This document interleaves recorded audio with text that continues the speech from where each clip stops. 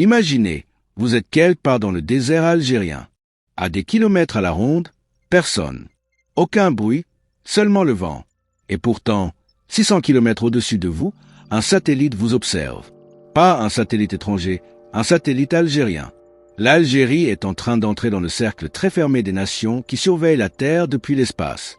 Et cette fois, ce n'est ni pour faire joli ni pour suivre uniquement la météo. C'est une véritable révolution militaire, un partenariat direct avec la Russie, signé et validé au Kremlin, qui ouvre la voie à des satellites espions capables de tout voir, du moindre véhicule qui se déplace à la frontière jusqu'aux infrastructures stratégiques à des centaines de kilomètres. On en parle trop peu, mais ce nouvel accord spatial entre Alger et Moscou bouleverse l'équilibre des forces au Maghreb. On parle de satellites à double usage, de communication chiffrée, d'observation à vocation militaire. Bref, d'un niveau technologique que certains pays européens n'ont pas encore atteint. Et le plus fou, c'est que personne ne vous l'a vraiment expliqué. Alors aujourd'hui, on va voir ce que fait réellement l'Algérie depuis l'espace, comment elle y est parvenue et pourquoi ces satellites voient désormais absolument tout. Quand on évoque aujourd'hui les satellites militaires algériens, on a souvent l'impression que tout est récent. En réalité, l'histoire spatiale de l'Algérie commence bien plus tôt, par une succession de petits pas qui ont préparé le terrain à ce qui se passe maintenant. Tout remonte au début des années 2000, quand l'Algérie décide de ne plus dépendre exclusivement d'images étrangères pour observer son territoire. En 2002, le président Abdelaziz Bouteflika crée l'agence spatiale algérienne, l'ASAL. Sa mission, bâtir une capacité nationale, former des ingénieurs et développer des satellites maison. Le premier à décoller s'appelle ALSA, lancé depuis l'Inde. C'est un tout petit satellite d'axe en grave peine 90 kg, mais il constitue une première victoire symbolique. Il sert à surveiller l'environnement, les forêts, les terres agricoles. Rien d'explicitement militaire, mais déjà l'Algérie apprend à regarder depuis le ciel. Puis viennent les véritables progrès. En 2010, le satellite ALSA-2A, fabriqué avec l'aide d'Astrium et devenu Airbus Defence and Space, est lancé depuis l'Inde. On change alors de catégorie. Sa caméra à haute résolution permet d'obtenir des images détaillées du sol algérien, suffisamment précises pour repérer une route, un port ou une installation pétrolière. En 2016, son jumeau, ALSA-2B, rejoint l'orbite. Ensemble, ils offrent à Alger la possibilité de surveiller en continu son immense territoire, ses frontières, surtout ses infrastructures énergétiques. Ces satellites ne sont pas officiellement militaires, mais ils deviennent des outils stratégiques. Les données qu'ils transmettent servent à contrôler les oléoducs de Sonatrach, à détecter d'éventuelles fuites ou encore à cartographier des zones sensibles près des frontières libyennes et maliennes. Ce sont des yeux civils aux réflexes militaires. Le véritable bond technologique intervient en 2017. Cette fois, l'Algérie se tourne vers la Chine pour acquérir Alconsa 1, un satellite de télécommunication gouvernemental. 5 tonnes de technologie lancées à bord d'une fusée Long March 3B depuis Xishan, dans le sud de la Chine. Et là, on change complètement d'échelle. Alconsa 1 permet à l'État et à l'armée algérienne de disposer de canaux de communication chiffrés, indépendants des réseaux occidentaux. C'est ce qu'on appelle une capacité souveraine. Plus besoin de passer par des satellites étrangers pour faire transiter des communications sensibles. À partir de ce moment-là, Alger comprend que l'espace n'est plus seulement un terrain scientifique ou économique, mais un enjeu de sécurité nationale. Entre-temps, le voisin marocain frappe fort. Quand le Maroc met en orbite ses satellites d'observation à forte composante militaire en 2017, l'Algérie fait un choix différent. Plutôt que d'acheter des lieux étrangers, elle décide de construire les siens. Et pour cela, elle se tourne vers Moscou, un partenaire disposé à transférer la technologie, pas seulement à la vendre. L'Algérie réalise qu'elle doit franchir un cap, passer de la simple observation à la véritable surveillance. Ce tournant conduit quelques années plus tard à la signature de l'accord spatial avec la Russie. Mais pour comprendre ce pas décisif, il fallait d'abord tout ce chemin d'Alsa à Alconsa, de la curiosité scientifique à la dissuasion stratégique. Quand l'Algérie signe un accord spatial avec la Russie, ce n'est pas un simple contrat technique. C'est un signal géopolitique, un geste silencieux qui dit beaucoup sans discours. Pour saisir la portée de ce partenariat, il faut regarder ce que chacun y gagne. Côté algérien, la logique est claire. Face aux surenchères régionales, l'Algérie refuse de dépendre des Occidentaux pour sa surveillance stratégique. La Russie, elle, n'a pas ces scrupules. Elle a déjà aidé des pays comme l'Iran ou la Syrie à développer leurs capacités orbitales. Surtout, Moscou possède un savoir-faire colossal en satellites de reconnaissance optique et radar, capable d'opérer jour et nuit, quelles que soient les conditions météo. L'accord signé en 2024 entre la SAL et Roscosmos prévoit donc un transfert de technologie, la formation d'ingénieurs, selon plusieurs sources, la mise en orbite de satellites d'observation à usage dual, civil et militaire. C'est une coopération de long terme qui va bien au-delà de la simple mise en service d'un engin. Il s'agit de créer, sur le sol algérien, une filière nationale de conception, d'assemblage et de contrôle spatial. Pour Moscou, c'est un double coup. D'un côté, la Russie renforce sa présence en Afrique du Nord, une région où elle veut s'imposer comme alternative stratégique à l'OTAN. De l'autre, elle trouve en l'Algérie un allié fiable, doté d'une industrie militaire solide, d'une diplomatie indépendante et d'un accès direct à la Méditerranée. En clair, c'est un partenariat gagnant-gagnant, mais surtout un partenariat de confiance, chose rare dans le domaine spatial. Il y a aussi la dimension symbolique. Quand l'Algérie choisit Moscou plutôt que Paris ou Washington pour franchir ce cap, c'est comme si elle déclarait « Nous préférons tracer notre route avec ceux qui respectent notre souveraineté ». C'est une affirmation d'indépendance technologique, un message de défiance envers l'ordre établi. Selon plusieurs sources militaires, le premier satellite algéro-russe serait conçu pour surveiller la Méditerranée, le Sahel et les zones frontalières sensibles. En d'autres termes, tout l'espace stratégique qui entoure le pays. Ce n'est plus de la simple observation, c'est de la vigilance orbitale. Et pour un pays qui revendique depuis toujours sa neutralité armée, ce geste marque une évolution majeure. L'Algérie entre dans le club fermé des nations capables de surveiller leur environnement régional depuis l'espace. Ce grand saut vers la Russie n'est donc pas qu'une affaire de technologie, c'est une question de doctrine. C'est la naissance d'une nouvelle ère, celle où le ciel devient la première ligne de défense algérienne. Concrètement, que voient ces satellites algériens? Soyons honnêtes, quand on parle de satellites d'observation, beaucoup imaginent un télescope géant capable de zoomer sur une plaque d'immatriculation depuis l'espace. La réalité est différente, mais presque aussi impressionnante. Les satellites exploités aujourd'hui par l'Algérie, entre les anciens Al-Sa et les plus récents Al-Konsa et leurs dérivés qualifiés, utilisent deux grandes familles de technologies. L'imagerie optique à haute résolution, des caméras capables de photographier la Terre avec une précision de l'ordre du mètre. Et l'imagerie radar à synthèse d'ouverture, SAR, une technologie bien plus robuste qui permet de voir à travers les nuages, la nuit, et même de détecter certains mouvements au sol. C'est là que cela devient fascinant. Un satellite SAR, comme ceux que Moscou développe pour ses propres forces, peut repérer un véhicule se déplaçant dans le Sahara, un bateau en approche en Méditerranée ou un changement d'activité sur une base militaire étrangère.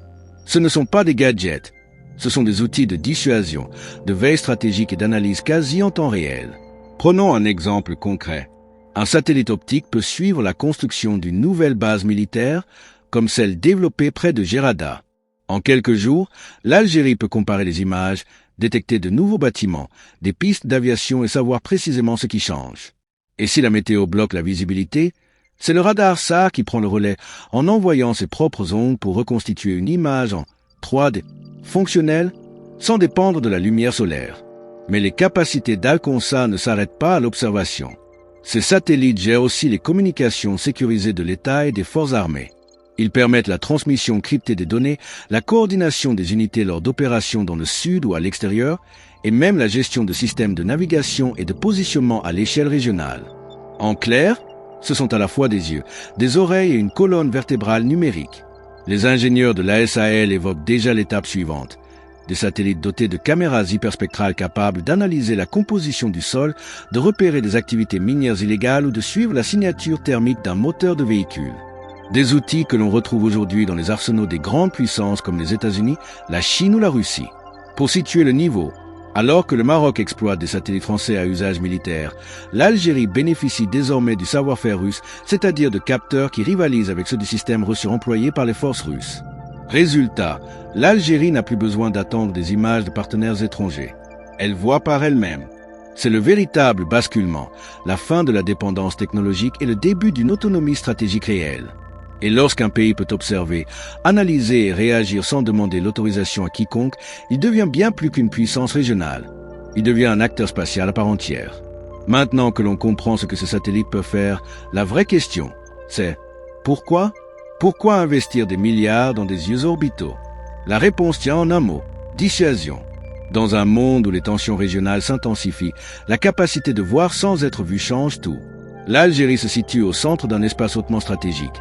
La Méditerranée au nord, le Sahel au sud, la Libye et le Maroc à l'est et à l'ouest. Autour d'elle, les menaces sont multiples: terrorisme, espionnage, rivalité géopolitique, compétition énergétique. C'est là que les satellites deviennent un bouclier invisible. Grâce à ses capacités d'observation et de communication, Alger peut surveiller ses frontières en continu, surtout au sud où circulent des groupes armés, suivre les mouvements militaires régionaux au Maroc, en Libye ou dans le Sahel, contrôler les routes maritimes reliant Gibraltar au canal de Suez, un corridor crucial pour le commerce et la défense, et surtout anticiper, car la vraie puissance est celle qui sait avant les autres. Exemple, lorsqu'un pays repère depuis l'espace une concentration de blindés ou un test de missiles dans la région, il n'a plus besoin d'attendre un rapport extérieur. Il peut agir diplomatiquement ou militairement avant que la situation ne dégénère. C'est exactement ce qu'on appelle une capacité de dissuasion passive. L'intérêt de ces satellites dépasse toutefois le militaire. Ils servent aussi à la surveillance environnementale, à la détection d'incendies dans le Sahara, à la gestion des ressources hydriques et agricoles. Ce double usage, civil et militaire, est une signature de la stratégie algérienne, se doter d'outils de défense tout en renforçant ses infrastructures nationales. Et il faut le dire, l'Algérie ne fait pas tout cela pour afficher ses muscles. C'est une logique de préparation stratégique. À chaque montée en puissance chez ses voisins, l'Algérie répond sans fracas, en consolidant discrètement ses moyens. Ces satellites sont son atout invisible. Imaginez, dans une région où chacun veut savoir ce que fait l'autre, l'Algérie peut tout observer sans franchir de frontières, sans envoyer le moindre avion, sans provoquer qui que ce soit. C'est un pouvoir qui ne se montre pas lors d'un défilé militaire, mais qui change bel et bien les équilibres. En résumé, ces satellites ne sont pas seulement des outils technologiques, ce sont des armes de souveraineté, une manière pour l'Algérie de dire « Je vois tout, je ne menace personne, mais personne ne me surprendra ». Et c'est là que tout devient encore plus intéressant, car il ne s'agit pas uniquement de technologie ou de sécurité nationale. Il s'agit de géopolitique pure. Quand l'Algérie signe un accord spatial avec la Russie, ce n'est pas pour lancer 2 satellites et prendre quelques clichés. C'est un message envoyé à tout le monde, à Paris, à Rabat, à Washington et à Tel Aviv. À Paris, un rappel, vous n'êtes plus les seuls partenaires technologiques. La France, longtemps dominante dans la coopération spatiale et militaire au Maghreb, voit désormais Moscou s'imposer sur un terrain qu'elle croyait acquis. À Rabat, un avertissement silencieux. Nous aussi, nous voyons. Le Maroc, équipé de satellites d'observation à forte composante militaire, avait pris de l'avance. Avec l'alliance russo-algérienne, Alger revient dans la course avec des plateformes capables de rivaliser, voire de dépasser celles de son voisin. À Washington et à Tel Aviv enfin, c'est l'affirmation d'une trajectoire indépendante. L'Algérie ne se range pas dans le camp occidental. Alors que nombre de pays arabes se rapprochent d'Israël, Alger renforce ses liens avec Moscou et Pékin.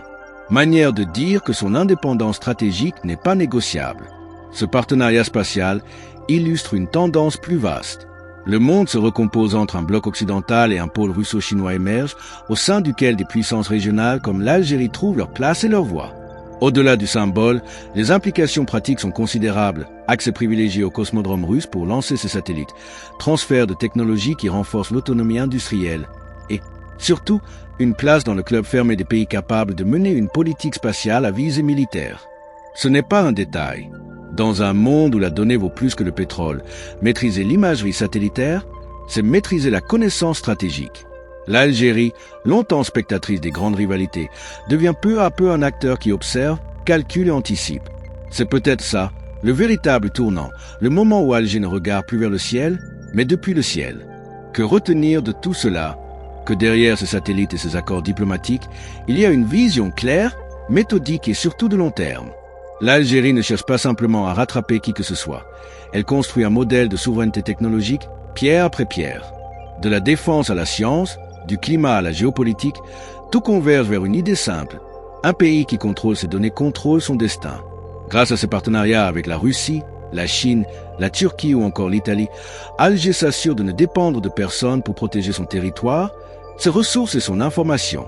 Et cette indépendance, dans le monde d'aujourd'hui, est la forme la plus moderne de puissance. Ce que révèle l'accord spatial russo-algérien, c'est le prolongement logique d'une stratégie entamée depuis des années. Diversifier ses alliances, moderniser ses outils et bâtir une dissuasion à la fois visible et invisible. Visible, parce que chaque lancement de satellite envoie un message clair. L'Algérie avance. Invisible, parce que ses yeux dans le ciel voient ce que d'autres ne voient pas et donnent à Alger une maîtrise totale de son espace stratégique. Alors, la prochaine fois que vous lèverez les yeux, souvenez-vous, Parmi les milliers de points lumineux, certains portent le croissant et l'étoile et, de là-haut, ils regardent, protègent et surtout anticipent. Car dans le monde actuel, la vraie puissance ne fait pas de bruit. Au-delà des satellites et des technologies, il y a l'élément humain, souvent oublié mais crucial. Une puissance spatiale ne se limite pas à ses engins en orbite. Elle repose aussi sur celles et ceux qui savent les utiliser, les contrôler et les interpréter. Dans le cadre de l'accord avec la Russie, l'Algérie prévoit la formation de 2 pilotes militaires comme cosmonautes, avec l'objectif de les envoyer à bord de la future station orbitale russe ROS, dont la construction doit débuter en 2027. C'est un signal fort. Le pays ne veut pas seulement observer depuis l'espace, il veut participer activement à son exploitation. Ces cosmonautes seront formés à Moscou, dans les centres d'entraînement de Roscosmos. Ils apprendront à gérer les satellites en temps réel, à conduire des opérations orbitales complexes et à répondre à des situations d'urgence dans un environnement où la marge d'erreur est quasi nulle. En clair, ils ne seront pas de simples passagers. Ils deviendront des experts capables de transformer des données brutes en décisions stratégiques. Cette initiative a aussi un impact symbolique. Envoyer des Algériens dans l'espace, c'est montrer au monde que le pays maîtrise ses technologies, qu'il investit dans son capital humain et qu'il peut rivaliser avec les puissances spatiales historiques. C'est une fierté nationale, mais aussi une preuve de sérieux dans sa politique de défense et de souveraineté technologique. Enfin, cette formation aura des retombées concrètes sur le sol algérien. Les cosmonautes reviendront avec un savoir-faire rare, analyse d'images satellites, gestion de communications sécurisées, maintenance de plateformes orbitales. Autrement dit, l'espace devient un incubateur de compétences stratégiques qui profitera à toute la nation, pas seulement à l'armée. Et c'est là toute la force de la démarche. L'Algérie ne se contente pas de regarder depuis le ciel, elle apprend à y évoluer, à exploiter chaque pixel d'information et à transformer la surveillance spatiale en véritable outil de souveraineté et de puissance. Maintenant que l'on comprend les satellites et les cosmonautes, il est temps de mesurer ce que tout cela change concrètement pour l'Algérie. D'abord, sur le plan militaire, ses capacités spatiales offrent une surveillance autonome et continue du territoire et des frontières. Révolu le temps où le pays devait dépendre d'images étrangères pour analyser la situation dans le Sahara ou au Sahel. Désormais, Alger peut anticiper les mouvements militaires voisins, suivre l'activité terroriste ou criminelle dans le sud, protéger ses installations énergétiques et coordonner ses forces via des communications sécurisées et indépendantes. Ensuite, sur le plan technologique et industriel, l'accord avec la Russie représente un transfert de compétences cruciales. L'Algérie ne se contente plus d'acheter des satellites clés en main. Elle commence à former ses ingénieurs, techniciens et opérateurs à concevoir et exploiter des plateformes complexes, réduisant sa dépendance extérieure et préparant de futures innovations locales. Sur le plan géopolitique, ces satellites constituent une véritable arme de dissuasion silencieuse. Le message est clair pour le Maroc, pour l'Europe et pour les grandes puissances. L'Algérie a les moyens d'observer, d'analyser et d'anticiper toute menace dans son espace régional. C'est un positionnement stratégique qui renforce sa souveraineté et son influence sans déclencher de confrontation ouverte. Enfin, sur le plan symbolique, l'envoi prochain de cosmonautes algériens dans l'espace marque un tournant. Il prouve que le pays investit dans son capital humain, qui maîtrise une chaîne technologique complète et qui s'apprête à rejoindre le cercle très restreint des nations capables d'allier science, défense et souveraineté technologique. En somme, satellites et cosmonautes ne sont pas des gadgets ni des vitrines. Ils incarnent une stratégie globale, anticiper, protéger, innover et affirmer sa place dans le jeu géopolitique du Maghreb et de l'Afrique du Nord. Avec cette dimension spatiale, l'Algérie ne se contente plus de regarder le ciel. Elle agit depuis le ciel. Voilà pourquoi ces satellites ne sont pas de simples machines en orbite. Ils représentent l'avenir de la souveraineté algérienne, la capacité à surveiller, protéger et anticiper avec une précision que peu de pays peuvent se permettre. Si cette plongée dans le monde spatial algérien vous a fasciné, imaginez le jour où les premiers cosmonautes prendront place à bord de la station ROS. La théorie deviendra réalité et l'espace, un véritable prolongement de la sécurité nationale. Alors, si vous voulez rester informé des technologies militaires, des avancées spatiales et de la course au pouvoir au Maghreb, abonnez-vous, activez la cloche pour ne rien manquer et rejoignez-nous pour la prochaine exploration de ce que les nations trament derrière les étoiles. Ici, on ne se contente pas de regarder le ciel, on vous explique tout ce qui s'y joue.